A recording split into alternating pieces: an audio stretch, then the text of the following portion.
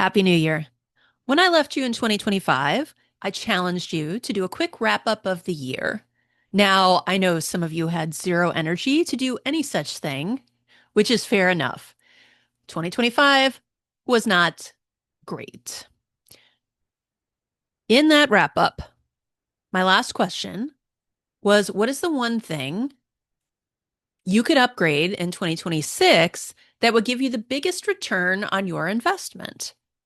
So, in this episode, we're going to focus on that one thing and how you can effectively put that thing into action. So, stay tuned. Now, if you didn't get a chance to listen to the last episode, I'd love for you to take a few minutes, listen to it now, and do those reflections. It's only 10 minutes long, and I think it will definitely help you reframe the year. That being said, we're just going to focus on that last reflection question today, which again is what's the one thing you could upgrade in 2026 that would give you the biggest return on your investment? So, if you don't know what that thing is, take a minute to lock it in. Oh, and when I say take a minute, I really mean don't overthink this. Yes, there are probably loads of things you could choose, but what is the first thing that comes to mind? Whatever it is, that's your gut talking to you. So let's listen to it. And as I said in December, this does not have to be anything complicated. Maybe it's a habit you've been meaning to upgrade, like adding a 5 minute buffer between meetings so you can get through the day without constantly rushing. It could be upgrading how you do your one on ones with your team members, or maybe it's as simple as leaving on time every day. Okay, you got it? Great. Now, the key to seeing actual change is getting that thought, that intention, which, by the way, is coming from your conscious brain into your subconscious, where it can become an automated pattern. And if you're looking to change something within your organization, you also need to make sure it becomes automated within the organizational structure and culture. Okay. So that's an additional step. Now, the reason New Year's resolutions usually fizzle out so quickly is because people don't make this leap from conscious to subconscious. You think that deciding what needs to happen is enough motivation. And in fact, when we have these insights, our brain gets a dopamine hit, which makes us feel like something significant happened. But it really didn't. I mean, yes, we needed the insight to move forward, but that good feeling can distract us from the work that actually needs to be done to make the change stick. There's a fantastic quote by James Clear in his book, Atomic Habits, and it is, you do not rise to the level of your goals, you fall to the level of your systems. So you need to identify what needs to change first because it shows you what direction you need to go in. But just having a goal doesn't change anything. You have to align your systems with that goal to create change. And those systems can be individual habits, team procedures, and even organizational policies and culture. If you're working against ineffective systems, either within your brain or your organization, you might find it near impossible to achieve your goal. And knowing this is important because most people blame themselves when they don't see the change they want. You might think something like, if I only had more willpower, I would have gotten it done. Or, well, I guess I just wasn't motivated enough. But these are never the problem. Do you know why? It's because willpower is a limited commodity.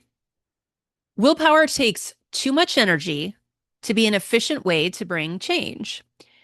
And motivation is equally as fleeting. For change to stick, this new pattern must become so ingrained, it literally becomes who you are. So let's say your number one thing is going home on time. You've realized that staying late negatively impacts your energy, your family, and your sense of well being.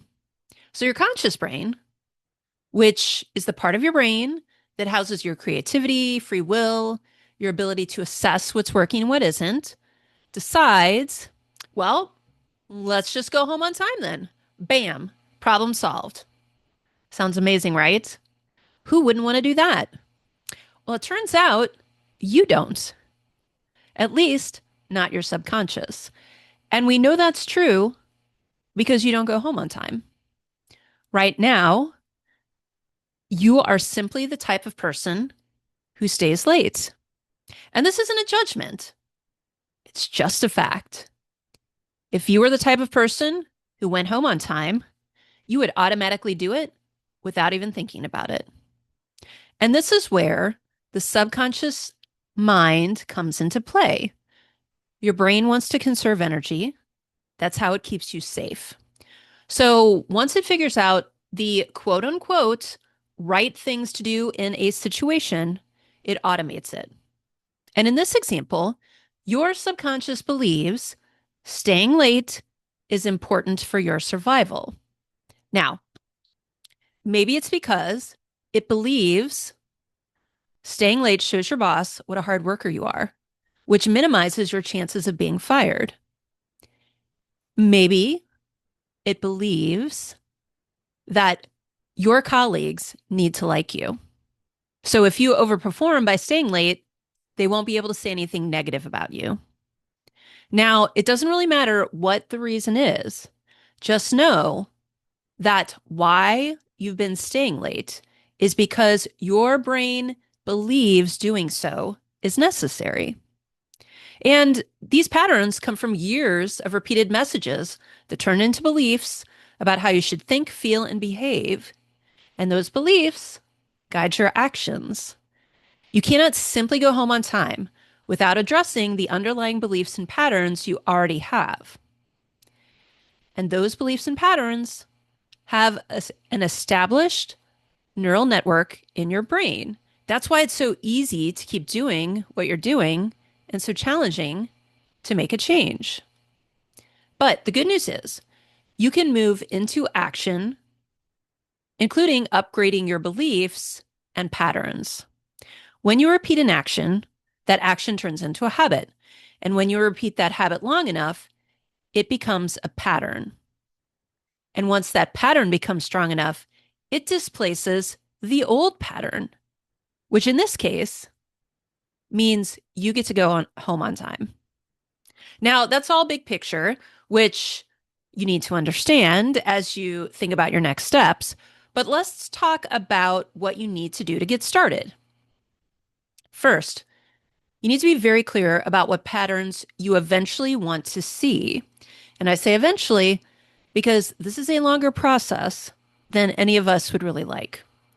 We love instant solutions, which is in part why you think you're not making progress. And that can lead you to give up even though you're on the right track. So, what behaviors, thoughts, and feelings do you want to see? It's important to be specific and clear. The more you dial it in, the easier it will be for your brain to adapt. In this example, you want to go home on time. Now, from a behavioral perspective, that means walking out the door at 5 p.m. But that's not going to happen if your thoughts and feelings are still aligned with staying late. Otherwise, when it's 4:45 and it's time to start shutting things down and getting ready to go, you're going to feel guilty and think about all the reasons that you should stay late. See the problem? So you need to be very clear about the outcomes you want. What behavior do you want to see? What thoughts align with those behaviors?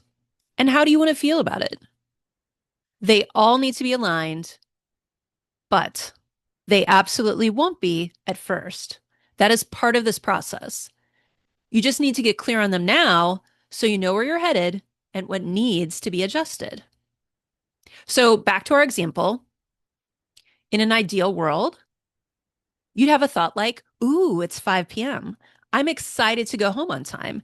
That means I'll have plenty of time to fill in the blank. This will not only benefit me, but also fill in the blank. And it will allow me to be well rested for tomorrow. Now, essentially, what you're going to work on is creating a new habit that will eventually become more powerful than the old one. And when that habit gets locked in, which again takes typically 90 days, it will turn into a pattern, which means it will be integrated so much that it will be who you are. Okay. And at that point, your thoughts, feelings, and behaviors will be aligned. But again, that's not going to be the case at first. So don't be surprised when you feel that friction. Okay. Now, I want to keep this episode relatively brief, which might already be too late, but we'll see. So I want to get you off on a good start by giving you the basics of how to create a new habit. And keep in mind, a habit starts being about behavior. And that's where, of course, some of the friction comes in because you're doing something different and your thoughts and beliefs are not aligned with that new thing yet. So, all habits consist of a cue from the environment, a behavior, and a reward. The cue tells your brain when you're supposed to do the behavior. Then your brain gets some sort of reward for doing it. And your brain only does something more than once because it gets something out of it. It needs a reward. Even if consciously you don't feel like one of your behaviors now is actually rewarding.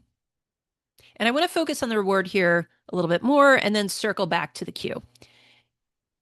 If we go back to our example, staying late probably feels exhausting and stressful, which objectively doesn't seem very rewarding.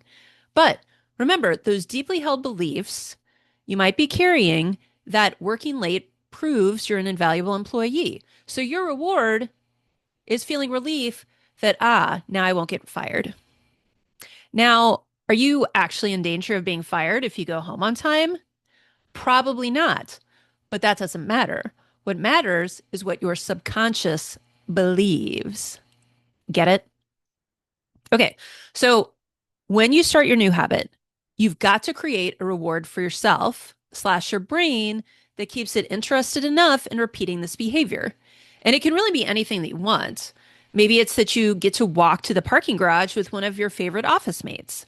Maybe you get to stop by the smoothie place or a coffee shop on your way home. Just remember, if you can't convince your brain that this new thing is just as rewarding, if not more so than the old thing, it doesn't want to change. It doesn't want to keep doing it. So once you know what behavior you want to see and how you're going to reward that behavior, you need to set up your cue. That needs to be detailed as well. When are you going home? If it's at 5 p.m., then when do you need to wrap up what you're working on and pack up your things? Let's say you decide 4:45. How are you going to know it's 4:45? Will you set an alarm? Will you ask Susie to come remind you it's time to switch gears? You have to do something, ideally visible, to remind yourself. Because right now, your pattern is to keep working until you're either exhausted or done with whatever project you've been working on. So your cue needs to be something that's darn near impossible to miss. Eventually, this is going to become automatic, but not when you start. Now, those are all the pieces of the habit loop. The most important thing is to be consistent. The more often you complete this loop, the quicker you move from habit to pattern. Now, ideally, you want your habit to be something that you can do daily, or at the very least, every other day. As James Clear says in Atomic Habits, each time you do the new habit, that's a vote to your subconscious that you are the type of person to do this new thing. You need to get that number high enough that your beliefs and thoughts start to align with it. Now, if you miss a day, don't get down on yourself, just get back to it. Remember, this is going to take about 3 months, 90 days to really get this to stick. So things might not go smoothly at first. That does not mean you're failing. It means you're setting up new neural pathways that are more aligned with the life you want to lead. Just be patient with yourself in the process. So to sum up, you can significantly change your life by changing one small behavior. So pick something you think will benefit you in the new year. Get clear about the outcomes you want to see. Start with the behavior, but don't forget to get clear about the thoughts and feelings you want to support this new behavior. Next, set up a clear and visible cue that lets your brain know when this behavior needs to happen. And finally, reward your brain so it wants to repeat this cycle. Be consistent, be patient, and until next time, stay strong.